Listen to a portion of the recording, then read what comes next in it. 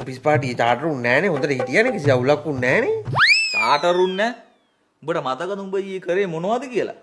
එහෙම අවුලක් උන්නේ නැහැ බං. මට මතකයි ඔක්කොම. මං හොඳට හිටියා. මට මතකයි. මතකයි ලම්ම. යකෝ අර නිල්මිනී මැඩම් HR මැනේජර්. ඒ කිය ආයේ උඹ දිහා බලලා වතුර උගුරක් අබ්බොන්නේ නැහැ. අර අපේ HR ගේ නිල්මිනි මැඩම්.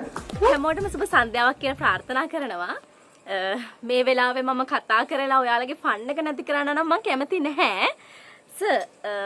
ඇත්තටම HR ඩිපාර්ට්මන්ට් එකේ හැටියට අපි හැම වෙලෙම ඔයාලා ගැන බැලුවා. ඒ වගේම ඉදිරියටත් ඒ වගේ බලන්න බලාපොරොත්තු වෙනවා.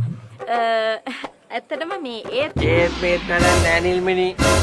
ඔයාලා හැමදාම කරේ අපේ ආතල් කරපු එක විතරයි මට. ආතල් කරපු එක විතරයි.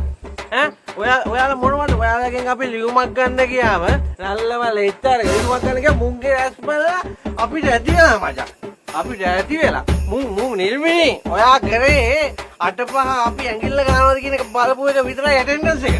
එච්චරයි කරේ. නැත්තම් ඔයාලා මොනවද අපිට කරේ? ගල් පැලෙන බොරු.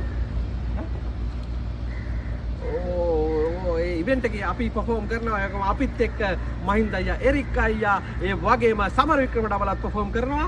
ඒ වගේම විනෝලි එක්ක නිල්මිනි අක්කා perform කරනවා.